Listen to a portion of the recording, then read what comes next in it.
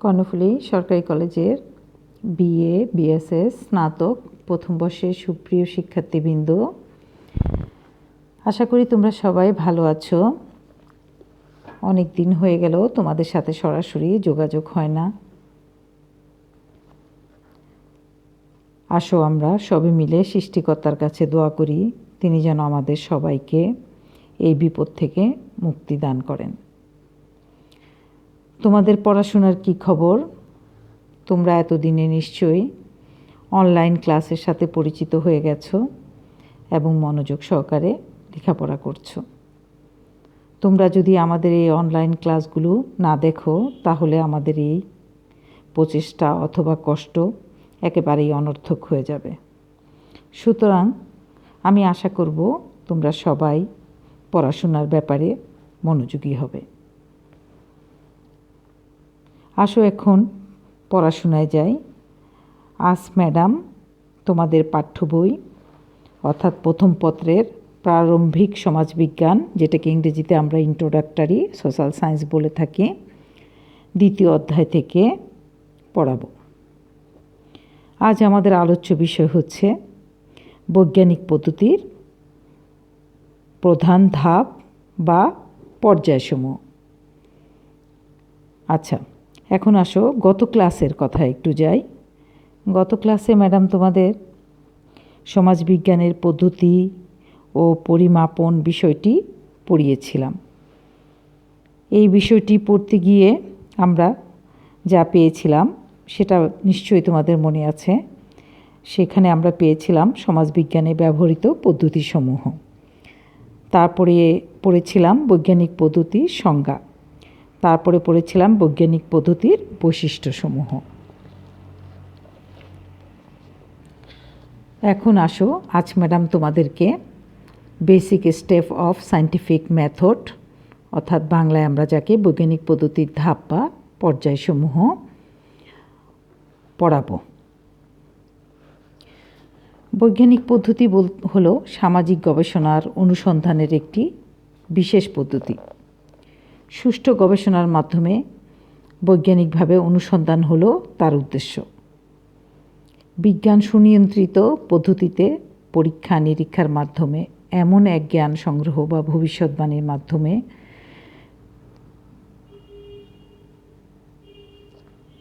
পরিবেশকে মোটামুটি নিয়ন্ত্রণে সহায়তা দান করে থাকে,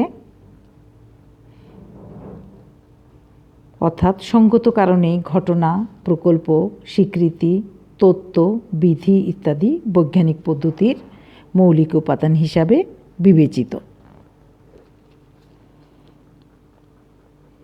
এখানে দেখো, ঘটনা বৈজ্ঞানিক পদ্ধতির প্রথম এবং প্রধান আলোচ্য বিষয়, যেটাকে ফ্যাক্ট বলা হয়। আমেরিকান কলেজ অফ ডিকশনারিতে উল্লেখ করেছে ঘটনা হলো what is the real happened. এখন আসো আমরা বৈজ্ঞানিক পদ্ধতির পর্যায়সমূহ বিশ্লেষণ করি। প্রতিটি বিজ্ঞানীরই বৈজ্ঞানিক সিদ্ধান্তে উপনীত হতে হলে তার কার্যক্রমের কয়েকটি ধাপ বা পর্যায় অতিক্রম করতে হয়। এই পর্যায়গুলো বৈজ্ঞানিক পদ্ধতির পরিচায়ক। একজন প্রকৃত সমাজ গবেষক হিসাবে গবেষককে বৈজ্ঞানিক পদ্ধতির কতগুলো পর্যায়, আগেই বলেছি পর্যায় কি করতে হয়, অতিক্রম করতে হয়। যেমন সমস্যা নির্বাচন ও চিহ্নিতকরণ, নাম্বার 2 হচ্ছে পর্যবেক্ষণ ও তথ্য সংগ্রহ, নাম্বার 3 হচ্ছে তথ্যের শ্রেণীবিন্যাস, নাম্বার 4 হচ্ছে পূর্বানুমান প্রণয়ন, নাম্বার 5 হচ্ছে সত্যতা যাচাই, নাম্বার 6 হচ্ছে ভবিষ্যৎবাণী। আচ্ছা, এখন দেখো সমস্যা নির্বাচন ও চিহ্নিতকরণ এই বিষয়টাতে আমরা কি বুঝতে পারি। যেমন ধরো, গবেষণার প্রথম পর্যায়ে প্রয়োজন হয় একটি সামাজিক সমস্যাকে নির্বাচন করা, অর্থাৎ কোনো একটা সামাজিক সমস্যাকে আমরা নির্বাচন করব, যেটার উপরে ভিত্তি করে আমরা গবেষণা করব। সামাজিক সমস্যা নির্বাচনের জন্য গবেষককে কি মনে রাখতে হবে? তাকে মনে রাখতে হবে যে সমস্যা নির্বাচন করা হলো তা সামাজিক সমস্যার অন্তর্ভুক্ত কিনা। অর্থাৎ যেমন তেমন একটা সমস্যা নির্বাচন করলে কিন্তু হবে না, সেই সমস্যাটা সামাজিক সমস্যা অর্থাৎ সমাজের অন্তর্ভুক্ত কিনা সেটা কিন্তু গবেষককে খেয়াল রাখতে হবে। সকল সামাজিক ঘটনাই সামাজিক বিজ্ঞানের কিন্তু আয়তাভুক্ত নয়। সেই কারণে যেসব সমস্যা সামাজিকভাবে মানুষকে প্রভাবিত করে এমন সমস্যা নির্বাচন করতে হবে। সমস্যা নির্বাচন করে তাকে নির্দিষ্টভাবে কী করতে হবে, চিহ্নিতকরণ বা স্পষ্টভাবে বিশেষ ক্ষেত্রে উল্লেখ ও নামকরণ করে একটি শিরোনাম দিতে হবে। অর্থাৎ আমরা যেই সমস্যাটা নির্বাচন করব কিংবা চিহ্নিত করব তাকে কী করতে হবে, স্পষ্টভাবে বিশেষ ক্ষেত্রে উল্লেখ এবং নামকরণ করে একটি শিরোনাম দিতে হবে। কেমন, যা আমরা কি করব, সমস্যা নির্বাচন করব সেটা। যেমন ধরো আমরা যদি একটা উদাহরণ দেই তখন তোমরা বুঝতে পারবে। যেমন শিল্পায়ন ও নগরায়নের ফলে বিবাহ বিচ্ছেদের হার বেড়ে যাচ্ছে, এটা আমরা একটা নামকরণ দিতে পারি। তারপর দেখো কুমার সম্প্রদায়ের আর্থসামাজিক জীবনধারা, এটাও আমরা নামকরণ করতে পারি। আবার অপরদিকে দেখো একটি সমাজতাত্ত্বিক সমীক্ষা, মাদকাসক্তি, যৌতুক প্রথা ইত্যাদিও আমরা সমস্যা নির্বাচনে বা চিহ্নিতকরণে নামকরণ করতে পারি। আচ্ছা, এখন গেল সমস্যা নির্বাচন ও চিহ্নিতকরণের বিষয়টা। এই বিষয়টা তো নিশ্চয়ই তোমরা বুঝতে পেরেছ। এখন আসি আমরা নাম্বার 2তে, পর্যবেক্ষণ ও তথ্য সংগ্রহ। আচ্ছা, এই ক্ষেত্রে দেখো সমস্যা নির্বাচনের পরে প্রথমে কি গেল, সমস্যা নির্বাচন। এটার পরে কি আসছে দেখো, সমস্যা নির্বাচনের পরে গবেষকের দায়িত্ব হচ্ছে কি, সমস্যাকে অত্যন্ত গভীরভাবে পর্যবেক্ষণ করা। অর্থাৎ এই যে সমস্যাটা নির্বাচন করলো সেটাকে সমস্যাকে তাকে কি করতে হবে, একেবারে গভীরভাবে গভীরভাবে তাকে পর্যবেক্ষণ করতে হবে। এই পর্যায়ে সামগ্রিক গবেষণা, মাইক্রো রিসার্চ যেটাকে বলা হয়, এই পর্যায়ে সামগ্রিক গবেষণা করতে হলে গবেষক একাধিক তথ্য সংগ্রহকারী পদ্ধতি প্রয়োগ করতে পারেন। অর্থাৎ একাধিক তথ্য সংগ্রহকারী কিন্তু লাগবে এই ক্ষেত্রে। সমসাময়িক কালে প্রচলিত তথ্য সংগ্রহের বিভিন্ন পদ্ধতির মধ্যে বৈজ্ঞানিক অনুসন্ধানের প্রাথমিক হাতিয়ার হিসাবে পর্যবেক্ষণ কাজ করে। অর্থাৎ সমসাময়িক কালে প্রচলিত তথ্য সংগ্রহ মানে এই যে আমাদের এখনকার সময়, এই সময়টায় তথ্য সংগ্রহের বিভিন্ন পদ্ধতির মধ্যে কিন্তু আমরা বৈজ্ঞানিক অনুসন্ধানকে প্রাথমিক হাতিয়ার হিসাবে পর্যবেক্ষণের কাজ করে থাকি। যেমন বৈজ্ঞানিক ওয়েবসের মতে সকল গবেষণার প্রারম্ভিক এবং সমাপ্তি পর্যবেক্ষণে নিহিত। অর্থাৎ সকল গবেষণার শুরু এবং সমাপ্তি পর্যবেক্ষণেই কিন্তু নিহিত। আচ্ছা দেখো, পর্যবেক্ষণ সামাজিক গবেষণাকে কি করে, কিভাবে সাহায্য করে এটা একটু তোমরা খেয়াল করে দেখো। প্রথমত, পর্যবেক্ষণ কোনো একটি বিষয় বা ঘটনার প্রতি অন্তর্দৃষ্টি লাভ করতে ও গবেষণা পূর্বানুমান গঠনে সাহায্য করে, যা পরবর্তীতে অন্যান্য পদ্ধতির দ্বারা যাচাই করা যায়। অর্থাৎ এই ক্ষেত্রে দেখো, পর্যবেক্ষণ কোনো একটি বিষয় কোনো একটা বিষয়, যে বিষয়টা আমরা আগে নির্বাচন করেছি সেরকম একটা বিষয় বা ঘটনার প্রতি অন্তর্দৃষ্টি ভিতরের দৃষ্টি লাভ করতে ও গবেষণার পূর্বানুমান গঠনে, অর্থাৎ আমি আগাম একটা, যেটাকে ইংরেজিতে বলা হয় হাইপোথিসিস, অনুমান গঠনে সাহায্য করে, যা পরবর্তীতে পরবর্তী সময়ে অন্য পদ্ধতির দ্বারা যাচাই করা যায়। আমরা অন্য পদ্ধতি দিয়েও এই বিষয়টাকে যাচাই করতে পারবো।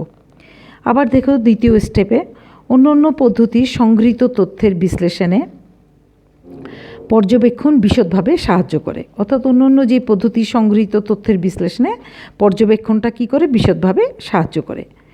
তারপরে স্টেপে দেখো, ঘটনার বিশদ বিবরণ সম্মিলিত গবেষণা ও কার্যকারণ সম্পর্কিত পূর্বানুমান যাচাইয়ের জন্য পর্যবেক্ষণ একটি স্বীকৃত পদ্ধতি। অর্থাৎ ঘটনার বিশদ বিবরণ সম্মিলিত গবেষণা যেটা আমরা করব, ঘটনার যে বিশদ বিবরণ নিয়ে গবেষণা এবং কার্যকারণ সম্পর্কিত আমরা যে পূর্ব অনুমান করব যাচাইয়ের জন্য, পর্যবেক্ষণ কিন্তু একটি স্বীকৃত পদ্ধতি। পর্যবেক্ষণ পদ্ধতিটা এটা হচ্ছে একটা স্বীকৃত পদ্ধতি, যার মাধ্যমে আমরা ঘটনাকে কি করব, বিশদভাবে আলোচনা করতে পারব। গবেষণার সমস্যার ধরনের উপরেই নির্ভর করবে কোন পদ্ধতির মাধ্যমে তথ্য সংগ্রহ করা হবে।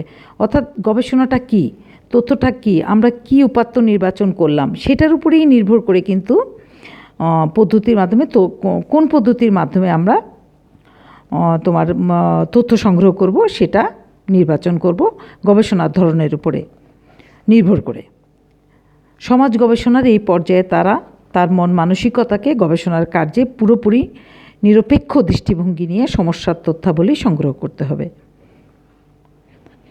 অর্থাৎ এই পর্যায়ে সমাজ গবেষককে কী করতে হবে? পুরোপুরি কিন্তু নিরপেক্ষ, যেটাকে ভ্যালু ফ্রি সায়েন্স বলা হয়ে থাকে, অর্থাৎ পুরোপুরি নিরপেক্ষ দৃষ্টিভঙ্গি নিয়ে সমস্যা বা তথ্যাবলী সংগ্রহ করতে হবে। আচ্ছা, এখন দেখো, এই গেল পর্যবেক্ষণ ও তথ্য সংগ্রহ। অর্থাৎ আমাদেরকে পর্যবেক্ষণ এবং তথ্য সংগ্রহের জন্য এই বিষয়গুলো আমাদেরকে মাথায় রাখতে হবে। এখন আসে নাম্বার 3, তথ্যের শ্রেণীবিন্যাস। অর্থাৎ এই যে আমরা তথ্যগুলো সংগ্রহ করলাম, এটার এখন শ্রেণীবিন্যাস করব। এটা কিভাবে করব? এখন দেখো, গবেষণার বিষয়বস্তু সম্পর্কে সংগৃহীত তথ্যাবলী শ্রেণী বিভক্তিকরণ একান্ত কিন্তু আবশ্যক। কেননা তথ্যাবলীর শ্রেণী বিভক্তকরণ ব্যতীত সামাজিক গবেষণার বৈজ্ঞানিক পদ্ধতি প্রয়োগ করা সম্ভব নয়। তথ্যাবলীর শ্রেণী বিভক্তকরণের মাধ্যমে সমস্যাকে সঠিকভাবে সমাধান করা সম্ভব। অর্থাৎ আমাদেরকে ক্রমান্বয়ে আমাদেরকে শ্রেণী বিভক্তিকরণ করতে হবে, না হলে কিন্তু এই তথ্য বিন্যাসটা মোটেও যুক্তিসঙ্গত হবে না। তথ্য বা উপাত্ত 2 ধরনের হতে পারে, যথা একটা হচ্ছে গুণগত এবং পরিমাণগত বা সংখ্যাতাত্ত্বিক। কেমন? এখানে উল্লেখ করা প্রয়োজন যে সমাজবিজ্ঞানের গবেষণায় বর্ণনামূলক বা গুণগত, কেমন, সমাজবিজ্ঞান এর গবেষণায় বর্ণনামূলক বা গুণগত বেশিরভাগ তথ্য সংখ্যা দ্বারা প্রকাশ করা হয়। কিন্তু সকল তথ্যকে সংখ্যা দ্বারা প্রকাশ করা, আবার কিন্তু দেখো, সকল তথ্যকে সংখ্যা দ্বারা প্রকাশ করা সম্ভব নয়। যেমন ধরো, বয়স, আয় ইত্যাদি সংখ্যার সাহায্যে প্রকাশ করা যায়। অপরদিকে দেখো, সমাজবিজ্ঞানের গুণগত তথ্যকে বর্তমানে কি করা হয়? কোড এর মাধ্যমে চিহ্নিত করা হয়। কিন্তু সকল তথ্যকে সংখ্যা দ্বারা প্রকাশ করা সম্ভব নয়। কেমন? আচ্ছা, শ্রেণীবিন্যাসের যে পর্যায়, সেখানে গবেষককে লক্ষ্য রাখতে হবে যাতে করে সমস্যার সাথে সম্পর্কিত কোনো তথ্য কি করে বাদ না পড়ে এবং সংগৃহীত তথ্য যথাযথভাবে শ্রেণীবদ্ধ হয়। অর্থাৎ এই ক্ষেত্রে দেখো, গবেষককে খুব নিখুঁতভাবে পর্যবেক্ষণ করে লক্ষ্য রাখতে হবে যাতে করে সমস্যার সাথে সম্পর্কিত, অর্থাৎ যে সমস্যাটা আমরা বিচার বিশ্লেষণ করছি, সমস্যার সাথে সম্পর্কিত কোনো তথ্য বাদ না পড়ে এবং সংগৃহীত তথ্য যথাযথভাবে শ্রেণীবদ্ধ হয়, অর্থাৎ ক্রমান্বয়ে শ্রেণীবদ্ধ হয়। এই পর্যায়ে পরিসংখ্যান এবং কোড বা সংকেতের ব্যবহার গবেষককে সহায়তা করতে পারে। এই গবেষণার ফলাফল তথ্য শ্রেণীবদ্ধকরণের উপরে অনেকাংশে নির্ভরশীল হয়। আচ্ছা, এখন দেখো, পূর্বানুমান বা প্রণয়ন। নাম্বার 4-এ আসো। এখানে আমরা পূর্বানুমান বা প্রণয়নটা বিশ্লেষণ জানব। আচ্ছা, পর্যবেক্ষণ ও তথ্য সংগ্রহের পর্যায়ে যে ফলাফল পাওয়া যায় তার ভিত্তিতে সমস্যা সম্পর্কে একটি ধারণা দেওয়াই হচ্ছে পূর্বানুমান প্রণয়ন। অর্থাৎ এই যে আমরা পর্যবেক্ষণ ও তথ্য সংগ্রহ, তথ্যের বিন্যাস, এই বিষয়গুলো ভিত্তিতে আমরা কি করতে পারি? পূর্বানুমান বা প্রণয়নের মধ্যে আমরা সেখানে একটা আগাম একটা বিবেচনা বা তোমাকে তথ্য আমরা দিতে পারি। এই ক্ষেত্রে আমরা লক্ষ্য করতে পারি, গবেষক যখন কোনো তথ্য কি করতে পারে, যাচাই করার চেষ্টা করেন, তখন তথ্য সংগ্রহের পূর্বেই পূর্বানুমান প্রয়োগ করে থাকেন। অর্থাৎ আগাম একটা, যেমন ধরো, ঢাকা গেলে আমি কি দেখতে পাবো, সেটা কিন্তু সে পূর্ব একটা অনুমান করতে পারে। এরকম ঢাকা যাওয়ার রাস্তাটা কতটুকু, কিংবা ঢাকা যাওয়ার রাস্তায় কি আমার কাছে দৃশ্যমান, ঠিক সেইভাবেই কিন্তু পূর্বে একটা অনুমান বা প্রণয়ন করতে পারে গবেষক। পূর্বানুমান বা কল্পনা মূলত অনুমান ভিত্তিক এবং সেই কারণেই অনেকটা অনিশ্চিত। অবশ্য তথ্যকে সর্বক্ষেত্রে নির্ভুল বা সুনিশ্চিত বলা চলে না, কারণ নতুন আলোকপাতের ফলে তথ্য পরিবর্তন হতে পারে। তবে তথ্যের নিশ্চয়তার অনুপাত পূর্বানুমান থেকে খানিকটা বেশি। অর্থাৎ অনুমান করে একটা জিনিস বলা যায়, সেটাকে একেবারে সঠিক সেটা বলা যাবে না। ঠিক আছে, এটাই হচ্ছে তোমাদের পূর্বানুমান প্রণয়ন। এখন আসো সত্যতা যাচাই, ভেরিফিকেশন, যেটাকে আমরা ইংরেজিতে বলে থাকি। এই পর্যায়ে গবেষকের কাজ হচ্ছে গবেষণার এলাকা থেকে যেসব তথ্য সংগৃহীত ও শ্রেণীবদ্ধ করা হয়েছে তার ভিত্তিতে প্রাপ্ত ফলাফল পূর্বে প্রণীত পূর্বানুমানের সাথে কতটুকু সত্য বা যথার্থতা তা পরীক্ষা করা। এই ক্ষেত্রে সত্যতা যাচাইয়ের মাধ্যমে পূর্বানুমান গ্রহণযোগ্য বা অগ্রহণযোগ্য হতে পারে। অর্থাৎ এখানে দেখো, অনুমিত কল্পনা বাস্তব ঘটনার সাথে সম্পর্কযুক্ত বা সঠিক হতে পারে, অথবা এর বিপরীত বা নেতিবাচকও হতে পারে। কখনো পূর্বানুমানটা সঠিকও হতে পারে, আবার কখনো নেতিবাচকও হতে পারে। সেই জন্য তথ্যের সাথে পূর্বানুমান সংযুক্ত ফলাফল সংগৃহীত তথ্যের সাথে যাচাই করলেই প্রকৃত সত্য বা যথাযথ ফলাফল বের হয়ে আসতে পারে। অর্থাৎ এই ক্ষেত্রে তথ্যের সাথে পূর্বানুমান সংযুক্ত করে ফলাফল সংগৃহীত তথ্যের সাথে যাচাই করলেই ফলাফলের যে ফলাফলটা আমাদের আসছে এবং পূর্বানুমান কী ছিল, এই দুটো যদি যাচাই বাছাই করা যায় তাহলেই কিন্তু যথাযথ ফলাফল বের হয়ে আসবে। অর্থাৎ গবেষক এই পর্যায়ে নতুন তথ্য পেতে পারেন। নতুন তথ্য নির্বাহের সাথে সাধারণীকরণের বিষয়টি সম্পর্কিত। এক্ষেত্রে বিষয় বা অবস্থার নির্দিষ্ট কোনো অংশের পরিবর্তে সার্বিক দিকটিকেই বিমূর্তভাবে তুলে ধরা হয়। অর্থাৎ বিশেষ সীমাবদ্ধতা না রেখে বরং সাধারণের সত্যতা উপস্থাপন করা হয়। অর্থাৎ বিশেষ সীমাবদ্ধতা না রেখে বরং সাধারণেরই সত্যতা উপস্থাপন করা হয় সত্যতা যাচাইয়ের ক্ষেত্রে। আচ্ছা, এখন আসো ভবিষ্যৎবাণী। এখন ভবিষ্যৎবাণীতে আমরা কি দেখতে পারি? সামাজিক গবেষণার মাধ্যমে প্রাপ্ত সামাজিক বিকাশের সিদ্ধান্তবলী প্রাকৃতিক বিজ্ঞানের সিদ্ধান্তের ন্যায় ততটা সুনিশ্চিত নয়। অর্থাৎ সামাজিক গবেষণার মাধ্যমে প্রাপ্ত সামাজিক বিকাশের সিদ্ধান্তবলী প্রাকৃতিক বিজ্ঞানের সিদ্ধান্তের ন্যায় ততটা সুনিশ্চিত নয়। সেই জন্য সমাজ গবেষণায় গবেষককে নির্দিষ্ট গবেষণালব্ধ বিষয় সম্পর্কে ভবিষ্যৎবাণী করা সহজ নয়। তবুও গবেষণার আলোকে গবেষককে একটি স্থির সিদ্ধান্তে নিতে হয়। অর্থাৎ নির্দিষ্ট গবেষণালব্ধ বিষয় সম্পর্কে ভবিষ্যৎবাণী করা সহজ না জানি, তবুও গবেষণার আলোকে কিন্তু গবেষককে একটি স্থির সিদ্ধান্ত নিতে হয়। যেমন ধরো, অপরিকল্পিত জনসংখ্যা বৃদ্ধিজনিত জনসংখ্যা সমস্যা। যেমন ধরো আমরা অপরিকল্পিত জনসংখ্যা বৃদ্ধিজনিত জনসংখ্যা সমস্যা। গবেষণার ফলাফল আমরা বলতে পারি যে ভবিষ্যৎবাণী করা যেতে পারে যে কোনো দেশের আর্থসামাজিক উন্নতি ও সামাজিক মূল্যবোধের পরিবর্তন ঘটাতে পারে। অর্থাৎ অপরিকল্পিত জনসংখ্যা বৃদ্ধি কী করতে পারে? দেশের আর্থসামাজিক উন্নতি এবং সামাজিক মূল্যবোধের পরিবর্তন ঘটাতে পারে। তো বৈজ্ঞানিক পদ্ধতি মূলত সুসংবদ্ধ জ্ঞান প্রতিষ্ঠার জন্য পরিচালিত কিছু সংখ্যক নীতির সমষ্টি। এই সকল নীতিগুলোকে অবলম্বন করেই বৈজ্ঞানিক পদ্ধতি কি করে থাকে? সিদ্ধান্ত গ্রহণ করে থাকে।